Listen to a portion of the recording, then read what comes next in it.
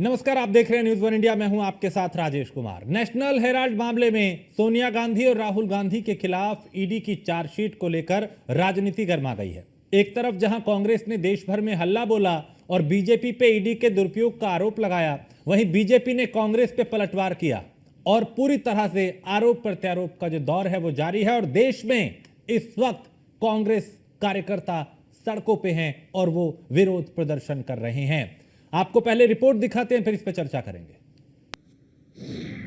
Chargesheet में सोनिया राहुल का नाम, कांग्रेस का सड़क पर सियासी संग्राम, गांधी परिवार पर ईडी का शिकंजा, कांग्रेस ने जमकर बोला हल्ला। ईडी ने कांग्रेस के नेशनल हेराल्ड अखबार से जुड़े मनी लॉन्ड्रिंग केस में चार्जशीट दाखिल की है। चार्जशीट में सोनिया गांधी और राहुल गांधी का नाम आने के बाद से गांधी परिवार की मुश्किलें बढ़ गई। चार्जशीट के बाद कांग्रेस केंद्र सरकार के साथ आर पार की लड़ाई की नींव में है। कांग्रेस के नेता और कार्यकर्ता सड़क पर उतर गए हैं। हाथ में बैनर और पोस्टर लेकर केंद्र सरकार के खिलाफ जमकर के प्रदर्शन किया है। कांग्रेस ने ईडी के एक्शन को बदले की राजनीति बताया है, साथ ही मोदी और शाह पर धमकाने का आरोप लगाया है। देखिए, ईडी तो देश के अंदर अपनी विश्वसनीयता खो चुकी है। ईडी की सारी कार्रवाई जो है हम पर ही होती है। ज़रा सा आप गुजरात में एक्टिव हुए, ईडी पहुंच गई। तो ये जो आप लोग लिंक जोड़ते हैं आरोपों का, गुजरात में ऐसा क्या हुआ जिस वजह से पता नहीं है, तो ये सरकार को पता होगा ना क्या हुआ गुजरात में। ऐसा कि आपने एक फटाफट इधर रॉबर्ट वाड्रा साहब को भी समन, उधर राहुल जी और सोनिया जी के भी खिलाफ चार्जशीट, अभी और पता नहीं कितने लोगों के खिलाफ चार्जशीट और मुकदमे और छापे होंगे। ये तो आपको पता होगा। लगातार पूछताछ हो रही है, लगातार उन्होंने 23,000 पन्नों के डॉक्यूमेंट भी पेश कर चुके हैं। कितनी बार पूछताछ करेंगे, कितनी बार बुलाएंगे, यही हो रहा है बस, और क्या हो रहा है। निश्चित तौर पर राजनीतिक प्रतिशोध की भावना से जिस तरीके से नेशनल हेराल्ड का केस लाया गया, अब उसकी चार्जशीट दाखिल की गई, उस फेक केस के खिलाफ और उन फेक लोगों के खिलाफ जो इसके पीछे हैं, जो कांग्रेस पार्टी को बदनाम करना चाहते हैं, जो श्रीमती सोनिया गांधी जी को बदनाम करना चाहते हैं, श्री राहुल गांधी जी को बदनाम करना चाहते हैं, और उसके लिए वो ईडी जैसी स्वायत्त संस्थाओं का दुरुपयोग कर रहे हैं, इसके खिलाफ आज हम जन जागरण करेंगे। और लगभग लखनऊ में भी 2:30 बजे के आसपास हम ईडी कार्यालय को शांतिपूर्ण और सत्याग्रही तरीके से घेरने का काम करेंगे। ईडी की चार्जशीट में राहुल गांधी और सोनिया गांधी का नाम आने के बाद मामले की सुनवाई 25 अप्रैल को दिल्ली के राउज एवेन्यू कोर्ट में होगी। कोर्ट ने ईडी से मामले की केस डायरी भी मांगी। इससे पहले 12 अप्रैल 2025 को जांच के दौरान कुर्क संपत्तियों को जब्त करने की कार्रवाई की गई। ईडी ने दिल्ली, लखनऊ और मुंबई में 661 करोड़ रुपए की अचल संपत्तियों को कब्जे में लेने की नोटिस जारी किया। वहीं कांग्रेस के प्रदर्शन को लेकर बीजेपी ने पलटवार किया है। बीजेपी ने कहा है कि कांग्रेस पार्टी को धरना देने का अधिकार है, लेकिन जमीन और फंड लूटने का अधिकार नहीं है। बीजेपी ने कांग्रेस नेताओं पर शेयर हेराफेरी, भ्रष्टाचार और हजारों करोड़ की संपत्ति हथियाने का आरोप लगाया है। कांग्रेस पार्टी बहुत परेशान है, देश भर में धरना देने की बात कर रही है। धरना देने का अधिकार उनका है, लेकिन जमीन और फंड लूटने का अधिकार नहीं है उनका। 2008 में नेशनल हेराल्ड का पब्लिकेशन बंद हो गया क्योंकि वो चल नहीं पाया। उसके बाद कांग्रेस पार्टी ने नेशनल हेराल्ड को 90 करोड़ रुपया दिया था, एसोसिएटेड जर्नल लिमिटेड, जो इसको पब्लिश करते थे। ये जानना जरूरी है कि कांग्रेस पार्टी एक पॉलिटिकल पार्टी है।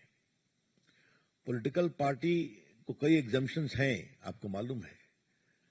तो वो किसी प्राइवेट बॉडी को पार्टी का फंड नहीं दे सकते हैं, इस बात को समझे आप। देखिए, कांग्रेस पार्टी गांधी खानदान के गुलाम की तरह काम कर रही है।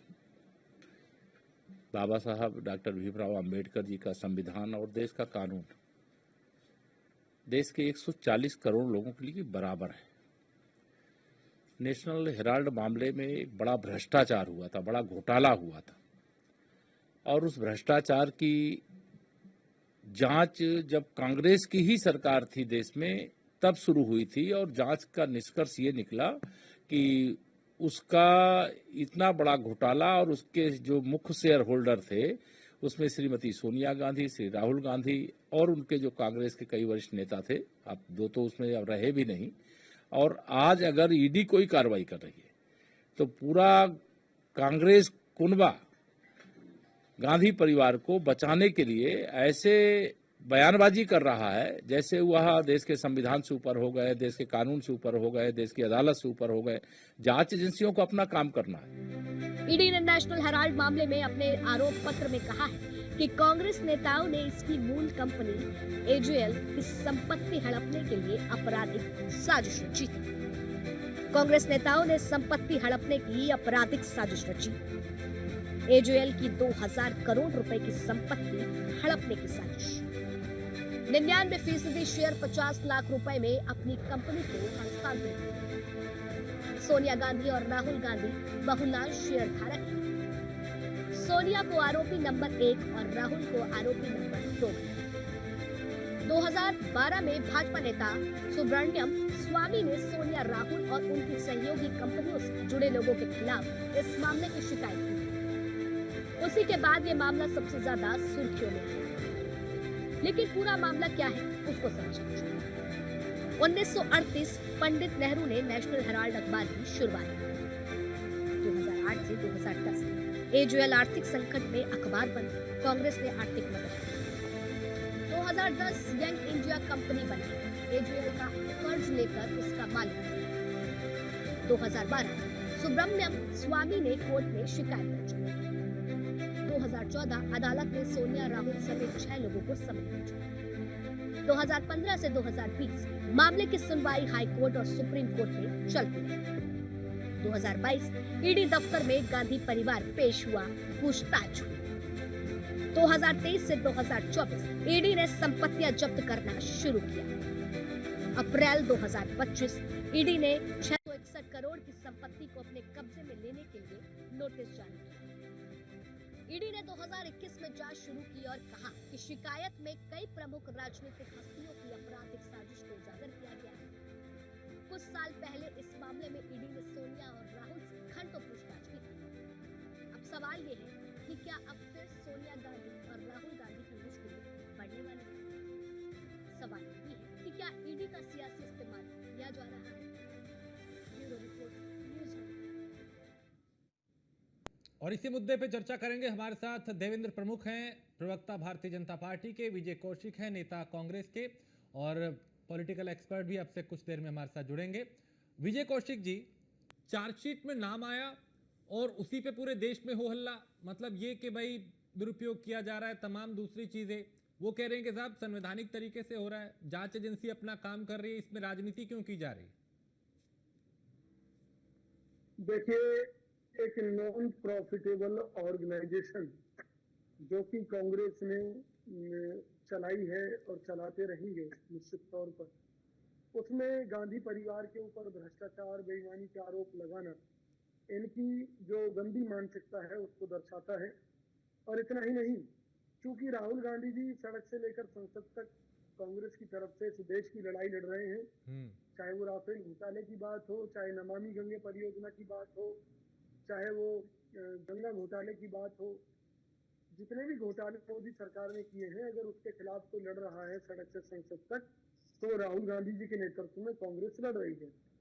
तो मोदी जी चाहते हैं कि राहुल गांधी जी अडानी का नाम लेना बंद कर दें, अंबानी का नाम लेना बंद कर दें, जिनकी मिली भगत के कारण इस देश की आर्थिक स्थिति चरमरा गई है। इसके लिए गांधी परिवार को निशाने पर लेने के लिए ये सब आडंबर रचा गया है। कई साल से जांच के नाम पर बार बार हमारे नेताओं को बुला बुलाकर परेशान किया गया और अब झूठी चार्जशीट उनके खिलाफ बना दी गई है। ये केस पहले भी बंद हो चुका है जांच के बाद। दोबारा से भाजपा नेता सुब्रमण्यम स्वामी की याचिका पर इस केस की दोबारा सुनवाई और फिर जांच के नाम पर हमारे नेताओं को फंसाना निश्चित तौर पर ये दर्शाता है कि सरकार की मंशा ठीक नहीं है। और जब सरकार की मंशा ठीक नहीं है तो उसके खिलाफ जो कांग्रेस का कार्यकर्ता है, हाँ, वो सड़कों पर, यानी आप ये कह रहे हैं कि राजनीतिक षड्यंत्र है। अगर राहुल आवाज उठा रहे हैं तो उस आवाज को दबाने के लिए ईडी का इस्तेमाल कर रही है क्या बीजेपी, आप ये कह रहे हैं?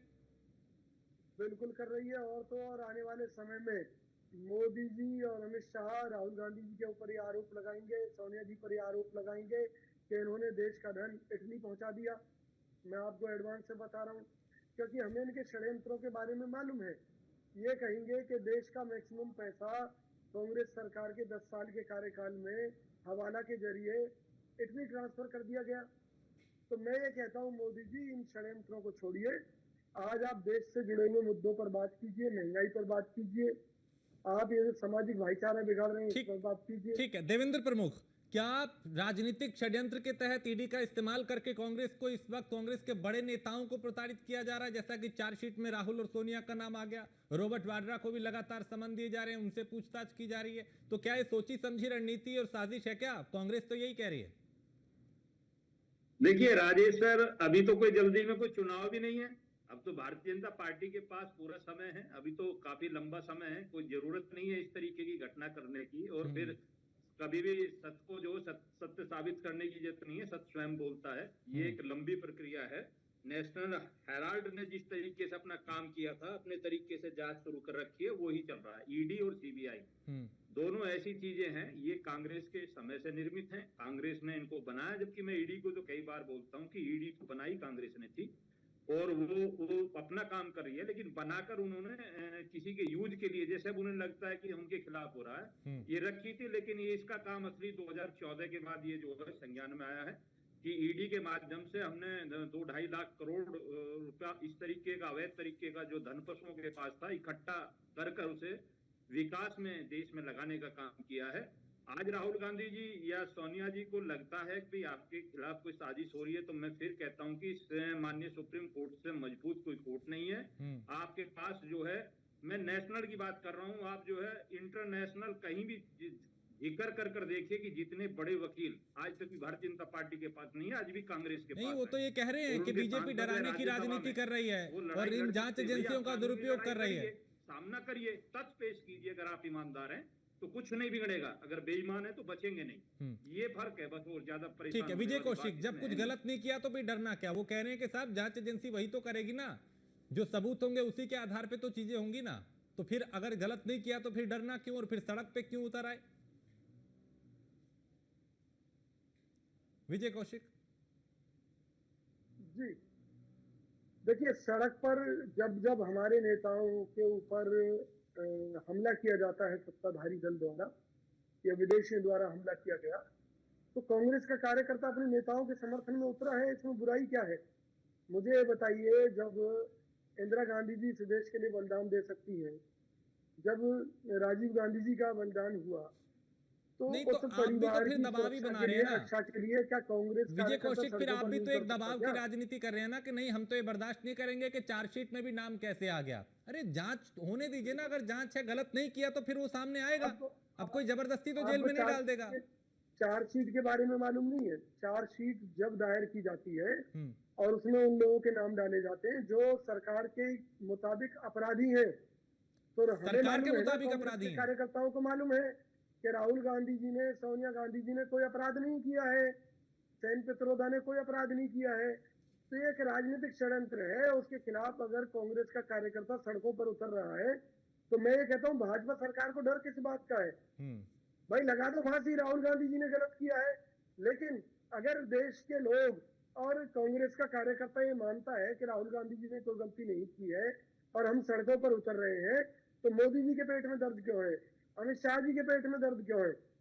तो हमारा मेन मुद्दा यह है कि लोकतंत्र में हमें संघर्ष करने का हक है और हम ये मानते हैं कि ये जो चार्जशीट बनाई गई है, ये गलत बनाई गई है, गलत तरीके से कोर्ट में प्रोड्यूस की गई है, तो इसके खिलाफ हम प्रदर्शन कर रहे हैं। इससे भाजपा को दिक्कत नहीं होनी चाहिए। ठीक है देवेंद्र प्रमुख, इस चार्जशीट में ही राजनीति हो रही है, वो सीधा कह रहे हैं कि नाम इसीलिए शामिल कराए गए।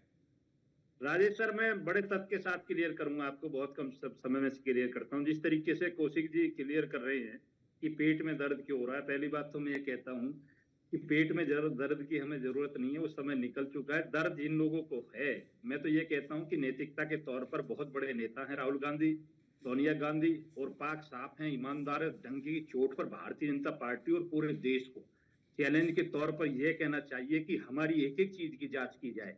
जैसे मोदी जी कहते हैं कि गुजरात से लेकर अब तक जितनी जांच आपने कराई थी और उनको अपने कार्यकाल में जितनी जितनी बार आपने कोशिश की थी अमित शाह जी के साथ, मोदी जी के साथ, वो सामना किया और अमित शाह जी को तो जेल तक जाना पड़ा, फिर भी आप कुछ नहीं बिगाड़ पाए। फिर तो डरते क्यों हो? लॉ एंड ऑर्डर क्यों तोड़ते हो? ये देश सबका है, क्यों संपत्ति जलाते हो? क्यों आगजनी करते हो? क्यों इस तरीके का माहौल पैदा करते हो? क्यों अराजकता का माहौल देश में पैदा करते हो? अपनी सुरक्षा के लिए लोगों का क्यों यूज करते हो? देश के कानून पर भरोसा करो, देश के कानून पर भरोसा करो। देश का सुप्रीम कोर्ट, माननीय सुप्रीम कोर्ट दुनिया में सर्वोपरि में लोकतंत्र का सबसे बड़ा हमारा देश है। पूरी दुनिया हमारे भारत के लोकतंत्र को मानती है और उसकी नींव अगर कोई है तो सुप्रीम कोर्ट है। आपको न्याय मिलेगा, आप डरिए मत। अगर आपने चोरी नहीं की तो नहीं जाएंगे जेल। और मैं कहता हूं कि अगर आपने चोरी की है तो इटली और अमेरिका कहीं तक भाग लीजिए, आप बच नहीं पाएंगे, जाना पड़ेगा। विजय कौशिक, देखिए, मैं ये कह रहा हूँ, अगर भागना होता तो राहुल गांधी जी यहाँ रह क्यों रहे होते, सोनिया जी क्यों रह रही होती? अरे भाई, वो इस देश को अपने मानते हैं कि माटी का वो पार्ट है, तो वो भागेंगे क्यों? पहली बात। दूसरी बात, वो यहीं रहकर लड़ाई लड़ रहे हैं, इसी बात से तो पेट में दर्द हो रहा है माननीय मोदी जी के। मोदी जी देश की संसद में उनके जवाब नहीं दे पाते, संसद से बाहर नहीं दे पाते। तो मोदी जी की सरकार ने जो घोटाले किए हैं, मैं दावा करता हूँ कांग्रेस की सरकार जिस दिन आएगी उस दिन भाजपा के अधिकांश नेता जेलों में होंगे। ऐसी बात का निडर है।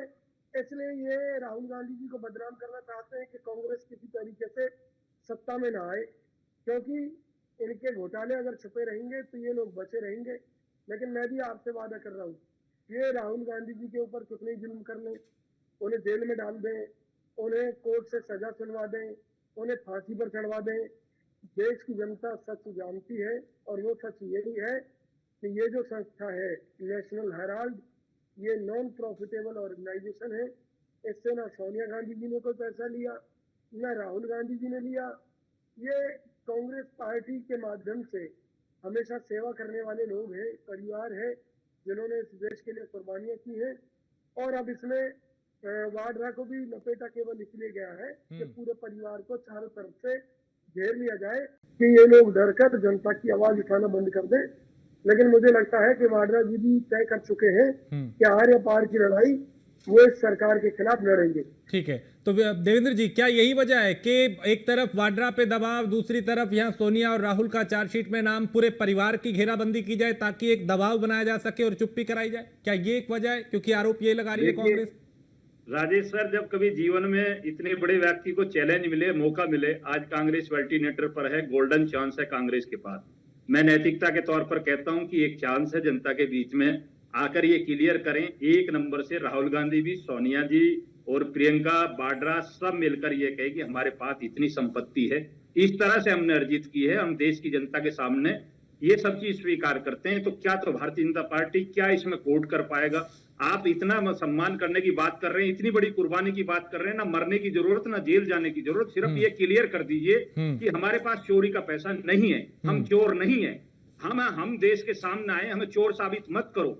आप चिल्लाइए मत, भागिए मत। जितने भगोगे उतना पीछा होगा, उतने बड़े चोर साबित होगे। इसलिए मैं कहता हूं गोल्डन चांस है, आज आना चाहिए।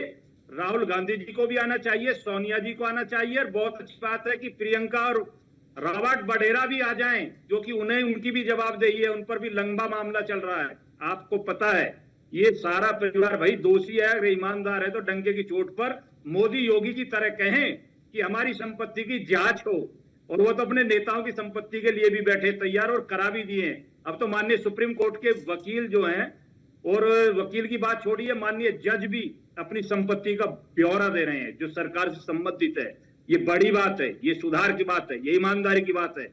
जब चोरी की है तो कहां तक बचोगे भैया? आप मुझे बताइए तथ्य के साथ। अगर सरकार छेड़ा तो विजय कौशिक, क्या डर है एक दिल में कि अगर कुछ पहले कुछ गड़बड़ी हुई है, कुछ गलत हुआ है, कहीं वो सामने ना आ जाए? क्या वो डर है कांग्रेस नेताओं के दिलों में? और इसलिए कोशिश ये कि भाई पहले ही आ जाओ, सड़क पे दबाव बनाते हैं ताकि सरकार बैकफुट पे आ जाए। क्योंकि देखिए, आपकी तरफ से कुछ और आरोप लगा रहे हैं, उनकी तरफ से कुछ और हो रहा है।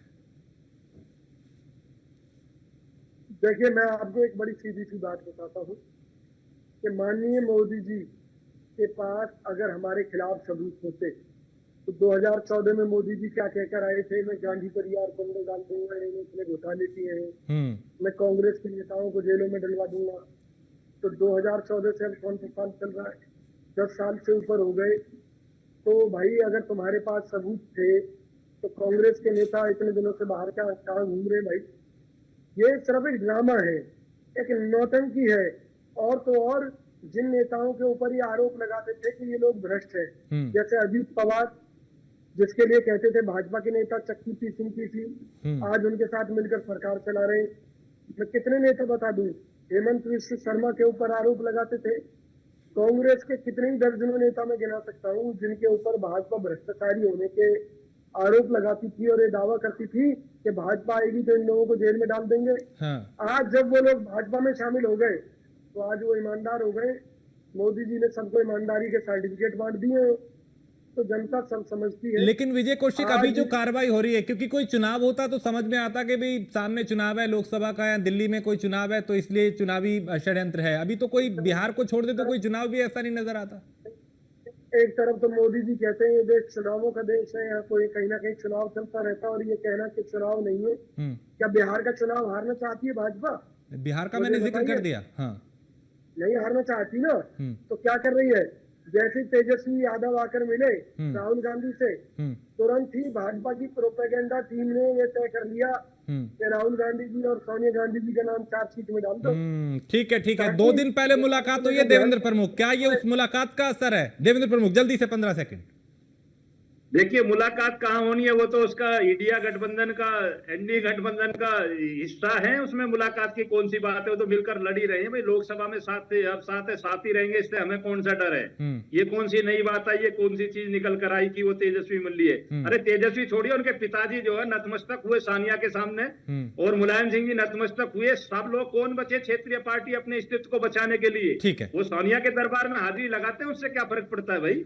इसलिए इस चीज का क्या मामला? ये तो अपना कोर्ट का मामला है। और माननीय सुप्रीम कोर्ट और जांच जिस स्पीड से चल रही है, आपने जो सवाल उठाए मैं बताता हूं, उसी दिन से जांच चल रही है। और कोई नेता अगर टरक के भारतीय जनता पार्टी की तरफ आ गया तो किसी के केस की चेक करा लीजिए, हेयरिंग करा लीजिए केस की, पता लग जाता है। चलिए, लेकिन इतना तय है कि अभी मामला और बढ़ेगा। बहुत शुक्रिया आप दोनों का। लेकिन कांग्रेस कार्यकर्ता सड़क पे है, नेता सड़क पे हैं, और वो कह रहे हैं कि बीजेपी की ये साजिश है, सरकार की ये राजनीतिक षड्यंत्र है और ईडी का दुरुपयोग करके कांग्रेस के नेताओं को फंसाया जा रहा है।